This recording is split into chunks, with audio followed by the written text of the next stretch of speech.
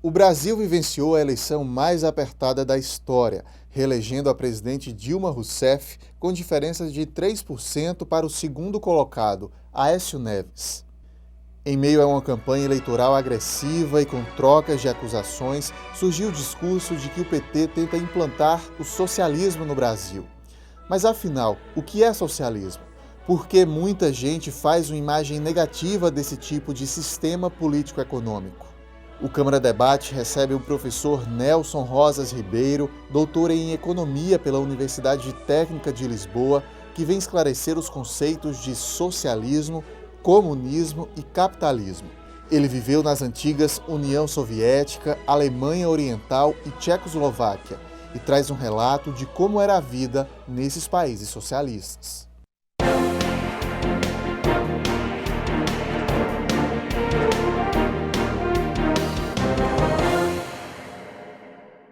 Você de casa nos acompanhando, seja muito bem-vindo ao nosso Câmara Debate. A gente agradece a presença do professor Nelson Rosas Ribeiro. Muito bem-vindo, professor. Obrigado.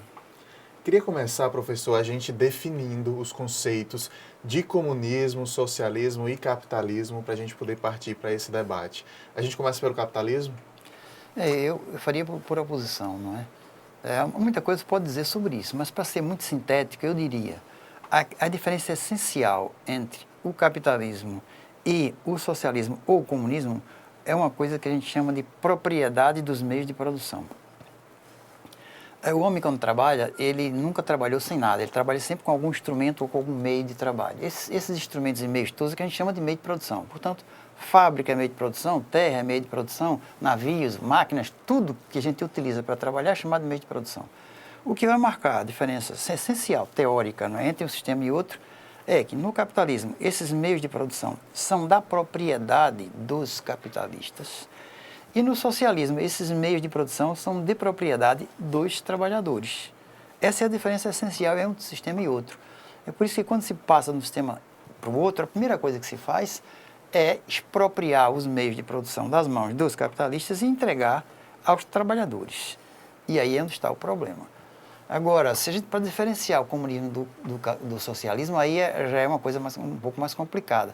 Porque os objetivos do comunismo, o que está nos livros, seria de estabelecer uma sociedade muito igualitária. Sem governo, professor? Não, a questão do governo é uma questão mais contraditória. Não é que não haja governo.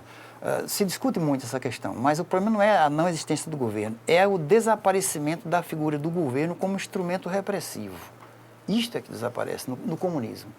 A questão que vai separar um do outro é que o ideal do comunismo seria cada um trabalhar de acordo com a sua capacidade e receber da sociedade aquilo que precisava, de acordo com as suas necessidades.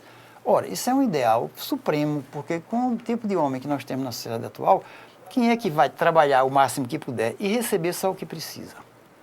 Isto é o problema do comunismo, não é? Que é necessário um processo de educação extremo, eu não sei se conseguiria atingir esse objetivo, daí porque foi definido um sistema intermediário, que seria chamado de foi chamado de socialismo, em que as pessoas trabalham como podem, de acordo com a sua capacidade, e recebem de acordo com o que produz. Este é o lema do socialismo. Isto é um lema mais alcançável na sociedade, com o tipo de homem que nós temos na sociedade atual. Isto do ponto de vista teórico. O comunismo, então, seria impraticável? O comunismo, nesse momento, seria completamente impraticável, não se chegaria a ele nunca. E não há nenhuma experiência do mundo que tenha construído o comunismo. Todas as experiências que existem são experiências para a construção do socialismo. O pessoal aqui às vezes interpreta mal, e essa palavra comunismo é uma palavra que espanta, é utilizada muitas vezes por razões políticas para causar impacto, para causar medo e tentar conseguir o apoio das pessoas a determinadas causas, né? Professor, a gente vem da eleição mais disputada da história aqui no Brasil, né? A presidente Dilma se reelegeu com pouco mais de 3% de diferença do Aécio Neves. E durante a campanha, o discurso de uma parcela ali da oposição é de que o PT tenta implantar o socialismo no Brasil, de que o governo do PT tem traços de socialismo. O que é que leva esse discurso a ter alguma base, a ter alguma razão? Isso seria possível de alguma maneira? Isso é absolutamente impossível. Ou seja, o problema é que as nossas classes dirigentes, né, os empresários, a classe empresarial e principalmente os proprietários de terra no Brasil, são muito conservadores. Quer dizer, para eles, se a gente trouxesse para cá aqueles sistemas que são implantados em um país como Suécia, Noruega, Dinamarca, para eles isso seria o mais terrível comunismo, né? Porque as nossas classes dominantes são muito conservadoras. Aí qualquer coisa é preciso espantar, criar o pânico, utilizando essa figura, essa imagem horrível, que é a imagem do comunismo como devorador de criancinhas, etc. Há uma tradição violenta de anticomunismo no mundo, não é? Isso por razões políticas, não é por razões econômicas. Então interessa assombrar, espantar as pessoas com essa imagem, com esse é o chamado bicho-papão. Temos um bicho-papão. E esse bicho-papão, de vez em quando, sai da gaveta, e o pessoal retira ele e começa a atirar para cima das pessoas para causar pânico. Também no socialismo. Também na visão de socialismo. Também em relação ao socialismo. Quer dizer, a gente tem no Brasil, a gente não tem nenhum país socialista, nenhum partido socialista. É uma vergonha nossa. Todo mundo fala disso, os nossos partidos. Há uma grande confusão em relação ao caráter pouco ideológico dos nossos partidos. Muitas críticas são feitas. E eu diria que eu não conseguiria chamar nenhum partido que existe no país sequer de socialista, muito menos de comunista. Quer dizer, eu vejo o PT, no máximo, como um partido social-democrata de direita. É o máximo que a gente poderia dizer. Agora, diante do conservadorismo das nossas classes dirigentes, qualquer medida, por mais social-democrata que seja, ela causa um impacto violento, né? Isso é um problema, principalmente em relação às questões agrárias. Professor, o senhor viveu, né, por décadas na União Soviética, na Alemanha Oriental, na Tchecoslováquia. O senhor viveu regimes socialistas. E a gente vê aqui no Brasil, quando se fala em socialismo, exatamente esse terror que a gente vinha comentando. Há aspectos positivos? Como foi sua vida? Como é que era a sua rotina? E se tem aspectos positivos no socialismo? Eu vivi, o país onde eu vivi mais tempo, eu conheci várias experiências ditas de socialismo real, de construção do socialismo. Porque houve uma época no mundo em que qualquer coisa que era diferente era chamada de tentativa de construção do socialismo. Assim falou-se no socialismo europeu, falou-se no socialismo português, depois da Revolução dos Cravos, falou-se no socialismo africano, depois da descolonização, nos casos de Angola, Moçambique, Guiné, e Cabo Verde. E qualquer coisa que fosse diferente, já se colocava a pecha, o carimbo de socialismo. Eu conheci esses países todos e vi várias experiências desse tipo. E diria, em relação a Portugal, em relação aos países africanos, de socialismo não via absolutamente nada. Eram sistemas que tentavam criar, no mínimo, uma mínima democracia, não é? Diante da situação em que eles viveram anteriormente, ou no sistema colonial, ou no caso de Portugal, no sistema fascista. Agora, em relação aos países da Europa Oriental, no caso da Tchecoslováquia, que eu também conheci, eu passei muito pouco tempo na Tchecoslováquia, não deu para perceber muita coisa do país. O conhecimento maior que eu tenho é o conhecimento da União Soviética, onde eu vivi 2 anos e meio, mais ou menos, entendeu? Eu estive lá estudando e depois estive lá fazendo pesquisas. E aí, eu pude constatar, porque eu vivi determinados aspectos que os países capitalistas não conseguiram até hoje e creio eu que nunca conseguirão. Por exemplo, uma coisa que até Cuba resolveu, o problema da saúde. Na União Soviética esse problema foi resolvido, não havia problema de saúde. Todas as pessoas da população tinham direito a hospitais, tinham direito a internamento, as mulheres grávidas tinham direito a ter os seus partos e ninguém pagava nenhum tostão por isso. Esse problema foi resolvido lá. E Cuba, com toda a desgraça, também conseguiu resolver, com toda a pressão que ela sofre e com toda a pobreza que existe no país. Um outro problema que eu também vi resolvido no caso da União Soviética, por ter vivido lá, o problema da educação. Toda a população tinha direito à escola. E os estudantes universitários recebiam dinheiro para estudar.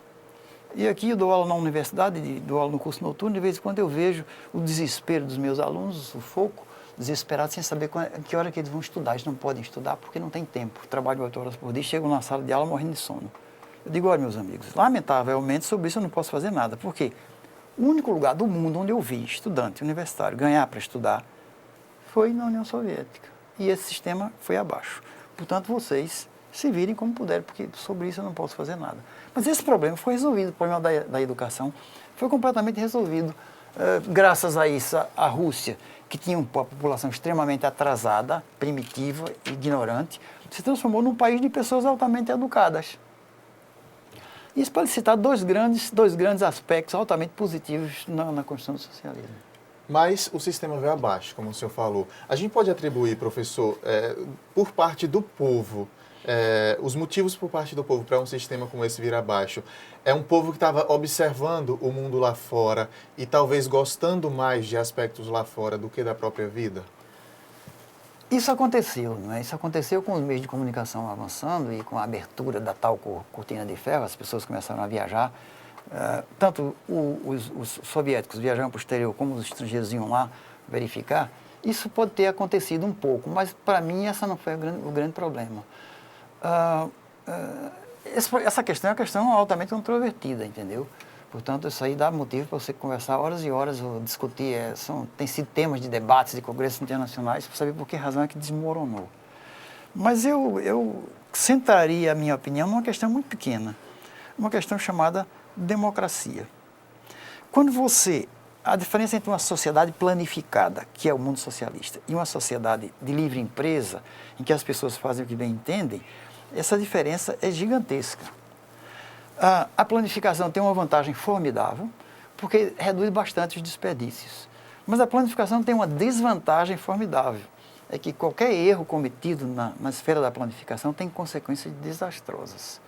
No sistema capitalista, os empresários, cada um pensa fazer o que bem entende, faz com a sua empresa o que quer, investe como quer e no que quer, e quando ele age mal, ele paga pessoalmente pelo problema, mas não leva o país a uma catástrofe geral.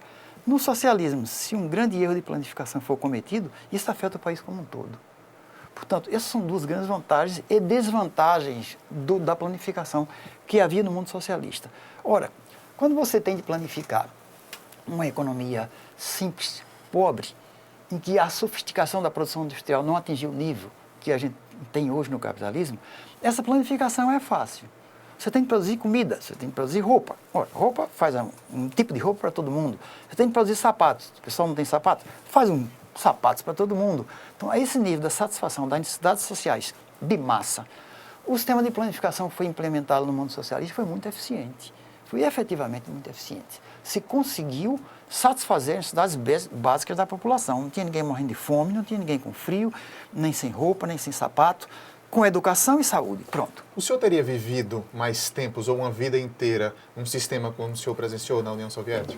Eu teria vivido, e digo mais, se você mostrasse, isso aí é o perigo, se você mostrasse aos trabalhadores no país, no nosso país, como é que eles viviam lá, eu tenho a impressão que esse anticomunismo desapareceria e as nossas classes dominantes iam ficar em situação muito difícil para conseguir manter a sua dominação. Porque, para citar alguns problemas, quais são os grandes problemas que um trabalhador qualquer tem aqui no nosso país? O problema da saúde. Então, você não sabe se ficar doente, o que é que vai acontecer, como é que vai arranjar remédio. Esse problema foi resolvido, não existe. O problema da educação. O que é que eu vou fazer com o meu filho? Como é que eu vou botar ele na escola? Como é que eu vou pagar a escola? Ele vai fazer vestibular, ele está na escola pública de má qualidade, não consegue estudar, não vai passar. Esse problema também lá estava resolvido. O problema dos aluguéis. E como é que eu vou arranjar uma casa para morar? Vou morar aqui, não tenho dinheiro para pagar, vou morar num barraco, outro faz uma invasão, se vira de qualquer jeito. Esse problema lá também foi resolvido. Todo mundo tinha casa para morar. É claro que depois da Guerra Mundial a situação habitacional lá foi muito séria, por causa da destruição provocada pela guerra. Mas quando eu estive lá, aí nos anos 70, esse problema estava em fase de resolução. E não era a casa mais bonita para o chefe de Estado, a casa maior para quem... Não era assim a divisão, era a casa maior para quem tivesse mais filhos. Você recebia a sua casa de acordo com o tamanho da sua família. Isso eu não vejo. É impossível você pensar uma coisa dessa no mundo capitalista. Então, veja, agora você tira da cabeça de um trabalhador qualquer essas três preocupações: saúde, educação, habitação. Tire para ver se não fica um vazio. Que as sociedades capitalistas lutam para suprir essas necessidades da população. Quer dizer, você se sente, você vivendo numa situação dessa, você se sente como se não tivesse com os pés no chão, porque aquilo que é a preocupação central de todos os trabalhadores, de todos os países capitalistas, lá você não tem. Então você vai pensar em quê? Você vai querer sofisticar o seu consumo, você vai querer ter acesso a determinados tipos de diversão, você vai começar a querer ter um carro mais bonito do que a disponibilidade de carros que o país tem, e aí a coisa complica. Quando os gostos vão se sofisticando e a produção industrial vai crescendo, vai ficando mais sofisticada, o problema da planificação começa a emperrar. E eu acho que foi por aí que o sistema lá estourou, não é? Porque as pessoas começam a ver no Ocidente, viu as lojas, viu os produtos que eram de muito melhor qualidade, eram muito mais bonitas, e de repente um cidadão desejá-los também. Começa a desejar. E o Vamos sistema planificado não consegue planificar isso. Depois eu posso dar 2 ou 3 exemplos, no caso até de Cuba, como é difícil essa planificação. Quero esses exemplos. No segundo bloco, vamos fazer uma pausa rápida aqui, logo depois do intervalo, continuamos esse debate. Até já.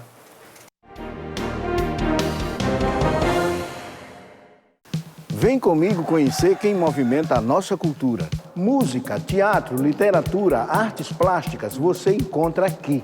Conheça a nossa gente. Se liga na Câmara. Venha fazer um passeio pelos bairros de João Pessoa. Conheça histórias e personagens pra lá de interessantes. Se liga na Câmara. Acompanhe as ações dos parlamentares que trabalham para melhorar a qualidade de vida dos pessoenses. Os projetos beneficiam você. Se liga na Câmara.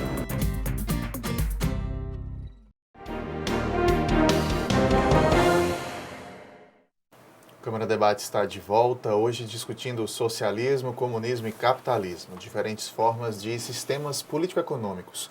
Nosso convidado é o professor Nelson Rosas Ribeiro, doutor em Economia pela Universidade Técnica de Lisboa. Professor, a gente terminou o fim do primeiro bloco, o senhor prometendo uns exemplos aí dentro do socialismo, e eu interrompi seu pensamento. O senhor vinha falando de Cuba, seriam os exemplos? Pois, eu citaria exemplo ainda da União Soviética, não é? Uma pessoa qualquer normal na União Soviética, um casal que tem um filho, ele não tem problema nenhum, vai para a maternidade, é tudo de graça, o filho nasce, ele vai para casa e depois ele tem uma policlínica no bairro que vai acompanhar o crescimento dessa criança. E se ele não levar a criança ao médico, o médico vai na casa dele e vai visitar a criança em casa. Ou seja, é impossível, mas não é só com criança não, é com as pessoas. Todos os cidadãos têm de ir ao médico pelo menos 2 vezes por ano. Se não for, a polícia vai em casa levar o cidadão à força ao médico. Quer dizer, a gente não pode imaginar uma coisa dessa aqui, não é? Depois, com o barateamento dos transportes coletivos, você paga centavos por uma passagem de ônibus. Com o barateamento dos alimentos básicos, no caso o pão. Você, no fim das contas, as pessoas ganham dinheiro e sobra dinheiro no fim do mês. E um dos problemas que eu pude ver lá no caso da União Soviética, era as pessoas não terem o que fazer com o dinheiro. Ou seja, um sistema planificado não pode planejar sutilezas. Eu digo só um exemplo. Por exemplo, os enfeites, os adornos que as pessoas usam. Antigamente só as mulheres usavam, atualmente os homens também usam. Como é que você vai num país socialista, num estado planificado, planificar que tipo de brincos, ou de adornos, ou de pulseiras você vai fazer para as pessoas? Isso é impossível, não se consegue. Não se consegue. Então, há uma série de detalhes. A qualidade dos tecidos, das roupas. As pessoas têm dinheiro para comprar, mas não têm produtos diferenciados para satisfazer todas as necessidades que as pessoas têm no mundo capitalista. E quando você vê essa abundância que a gente tem aqui, você entra num supermercado, numa loja, num shopping center, você fica enlouquecido com a quantidade de ofertas, né? Isso lá você não tinha. Isto é um problema. E que eu acho que a planificação não é capaz de resolver. Ou teria de haver uma grande alteração nessa planificação, que eu digo que passaria por uma coisa chamada de mecanismos democráticos. Ou seja, a continuação daquele sistema só seria possível se tivessem ampliado muito os mecanismos democráticos de participação. E foi por aí, participação popular nas decisões. Exatamente. E foi por aí que a história estourou. Professor, deixa eu levantar um outro aspecto aqui também, a respeito da liberdade em sistemas socialistas. A Coreia do Norte, por exemplo, o que chega para a gente de informação da Coreia do Norte assusta um pouco, de fato, de um governo que priva, de fato, a população até de saber o que acontece no mundo lá fora. Seria um aspecto negativo ou que queima a imagem do socialismo, digamos assim? Pois é, eu concordo com você, sabe? Eu teria medo de morar ou de ir à Coreia do Norte. Eu acho que aquilo é uma caricatura grotesca do socialismo e, infelizmente, quer dizer, uma pessoa minimamente inteligente não pode concordar com aquilo que se passa lá, né? Eu acredito até que uma coisa daquela só é possível existir lá no mundo oriental, com a cultura oriental. No Ocidente, um sistema daquele não se aguentava, não conseguiria sobreviver. A própria população reagiria, o senhor acredita? A própria população reagiria. É preciso ter uma cultura diferente, capaz de aceitar a caricatura que a gente vê lá, não é? Infelizmente, eu não me identifico nada com aquilo. Professor, dentro do capitalismo que vivemos hoje, o mundo vive hoje, de alguns anos para cá se falou em crise econômica. Essa crise ainda é real? Ainda existe e é uma bola de neve? Se produziu muito e se dividiu pouco a renda, por exemplo? Essa é uma questão também muito controvertida, né? Na minha opinião, a gente não tem uma crise, a gente tem uma sucessão de crises ou de movimentos de crise. É o que a gente em economia chama de movimento cíclico do capitalismo ou ciclo econômico. Desde 1825, por aí, 1830, que a sociedade capitalista sofre esse tipo de movimento. A sociedade cresce, tem um período de expansão, depois ela entra em crise. Desacelera, tem um período de recessão, depois ela volta a crescer. Isso, estatisticamente, é demonstrável. Você pode pegar uma estatística e mostrar essas ondas de crescimento e decrescimento da economia mundial. E nós assistimos hoje exatamente o mesmo fenômeno, só que agora ele está com características especiais. Porque a crise, que começou em 2008, ela não deveria ter começado em 2008, ela deveria ter começado em 2009. O meu grupo de pesquisa, a gente previu que ela viria, a gente só não previu que ela começaria exatamente quando começou em 2008. A gente esperava que ela se atrasasse um bocadinho mais, mas ela se antecipou. Agora, uma outra coisa é que o esperado que seria que a economia com 2, 3 anos começasse a se recuperar, isto é que não está acontecendo. Ou seja, essa recuperação vem se arrastando com outras quedas, com quedas sucessivas, e nesse momento nós continuamos num processo complicado. O senhor aponta motivos para isso? Isso é especulação também, entendeu? A minha opinião é uma opinião muito pessoal e que eu acho que o grande problema desse arrastamento da crise atual se chama capitalismo financeiro. Essa é a característica da crise que nós estamos vivendo hoje, que é a predominância do capitalismo financeiro e da financiarização do capitalismo. Ora, enquanto o capital financeiro dominar o mundo, enquanto a intervenção que está havendo em todo o mundo, não é? Na Europa, na União Europeia, nos Estados Unidos, no Japão, toda a intervenção que está sendo feita pelos Estados na economia, essa intervenção que deixaria muitos presidentes de países capitalistas europeus no passado de cabelos em pé, porque seria considerado o mais feroz do comunismo, entendeu? Toda essa intervenção ela está sendo feita no sentido de proteger o capital financeiro e não proteger o capital produtivo, ou seja, a produção. A injeção de dinheiro está sendo nos bancos, nas financeiras, para manter as bolsas financiando. Esse tipo de intervenção não cria riqueza nenhuma, só faz adiar a solução para a crise. Essa é a minha explicação para esse arrastamento. Então, vai se sair da crise, só que está demorando muito mais do que deveria. A consulta popular também, professor, dentro de uma sociedade capitalista como a nossa, como o Brasil, e nos mais variados setores, seria necessário para essas decisões? E aí eu cito o exemplo, logo após a reeleição da presidente Dilma Rousseff, né, um decreto, que era o decreto 8.243/2014, que queria consolidar a participação social como método de governo, foi derrubado na Câmara dos Deputados, né? Como se não houvesse uma importância desse tipo de mecanismo na nossa sociedade. Há uma importância dessa participação popular? Eu não tenho dúvida de que há. Aquelas explosões que houve irracionais e loucas no meio da rua, em que o pessoal saía quebrando tudo, é uma demonstração disso, em que as pessoas, as várias camadas sociais, não estão encontrando, dentro dos mecanismos democráticos que nós estamos, espaço para levar adiante as suas reivindicações. Então eu tenho muito medo disso, porque se você não encontra espaço, não encontra canais para ser ouvido, você termina caindo na ação louca, desesperada, de sair quebrando tudo pelo meio da rua. Eu não considero ato de vandalismo, não. Eu considero ato de explosão irracional de raiva, por não encontrar como, em que local apresentar o seu protesto. Ou seja, as nossas instituições democráticas, elas estão funcionando mal. Estão funcionando muito mal. E foi uma pena que aí a Câmara e o Senado ainda não, mas a Câmara tenha derrubado aquela tentativa. Eu não conheço o projeto, eu não sei se ele era o melhor, se ele era bom, mas a tentativa, para mim, é absolutamente válida. Ou a gente arranja canais para que outras formas de expressão popular cheguem à tomada das decisões, nós corremos um sério risco de um belo dia sair na rua e estar todo mundo matando todo mundo na rua sem saber por quê. Para mim, essa explosão irracional e desorganizada é a pior coisa que existe no nosso sistema. É um grande desafio, um dos principais desafios, então, dessa continuidade do PT na presidência da República, desse segundo mandato da presidente Dilma Rousseff. Ela fala, por exemplo, em plebiscito ou referendo para algumas decisões. Esse pensamento deve ser mantido, na opinião do senhor?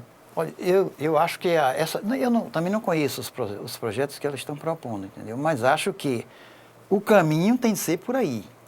É preciso abrir espaços. E acho que a posição da Câmara e do Senado, por exemplo, de recusar em limine a proposta feita pelo governo, é uma posição altamente conservadora. Como? Por mera casualidade. Neste momento, a composição, tanto da Câmara como do Senado, se tornou mais conservadora. Eles querem manter fechado dentro das paredes de uma maioria conservadora as decisões. Eu, mais uma vez eu digo, isso é extremamente perigoso, porque a inquietação, a raiva, o desconforto vai se manifestar por algum lado. E eu prefiro que essa manifestação seja organizada. Ou seja, o fato de você ter instituições democráticas, como nós temos, as assembleias, vereadores, deputados, etc., é ótimo, é muito bom. Mas se isto não está conseguindo carrear e servir de canal para manifestações de outras inquietações, eu acho que aí é preciso pensar nisso e descobrir esses canais e abri-los, porque senão nós teremos uma situação muito má, muito desagradável. Professor, eu queria falar, a gente está caminhando para a reta final do programa, eu queria falar do projeto Globalização e Crise na Economia Brasileira, que o senhor faz parte, do que se trata e como a população pode buscar essas informações. Olha, esse projeto, desde que eu vim do exterior, a minha tese de doutorado, ela esteve nesse campo. Eu estudei o desenvolvimento do capitalismo no Brasil e mostrei até que ponto de maturidade esse capitalismo tinha atingido. E que, portanto, a partir de um determinado momento, nós íamos acompanhar o resto do mundo desenvolvido nos movimentos cíclicos que a economia mundial ia sofrer. O que tem acontecido desde 1970 para cá. E agora, em 2008, novamente aconteceu um novo movimento cíclico que nós previmos. Então, a intenção nossa com esse projeto foi desenvolver uma teoria que pudesse analisar, estudar e interpretar esses movimentos com as especificidades do Brasil. Foi para isso que o projeto foi criado. Foi com essa intenção de estar em cima do acontecimento e se ter capacidade de previsão. Infelizmente, a nossa pobreza, não é, do ponto de vista de recursos para pesquisa, nos impede de ter uma precisão maior. A gente consegue ter uma precisão de meses, mas a gente poderia ter precisão de dias, de semanas, na previsão dos movimentos cíclicos. Porque isto, eu acho que a ciência econômica pode desempenhar esse papel de fazer as previsões. E apontar, não caminhos para impedir, porque a gente não vai conseguir impedir, mas caminhos para amenizar os movimentos, ou antecipar as recuperações, que é o caso, é o momento que a gente está vivendo. A Europa está parada, a Europa não se mexe. Lá no site é possível acompanhar, então, artigos, são textos que trazem a opinião, né, do senhor, acredito de uma outra professora também, a respeito desses fatos da atualidade. O projeto, nesse momento, tem 2 professores aqui na ativa, aqui em João Pessoa, e tem 2 em formação. Né? Tem um fazendo doutorado no Paraná e outro fazendo doutorado na Bahia. Portanto, a gente mantém o contato com essas pessoas. E disponibilizamos aí todos os materiais que a gente publica. Tem uma análise de conjuntura que a gente faz em cima do acontecimento, ou seja, na segunda-feira a gente publica uma análise de conjuntura sobre o que aconteceu na semana imediatamente anterior. Portanto, a gente acompanha o movimento da conjuntura do Brasil e do mundo semanalmente, com um artigo que é publicado no site. E a gente disponibiliza os outros materiais que a gente vai produzindo, que apresenta em congressos, em conferências, em cursos.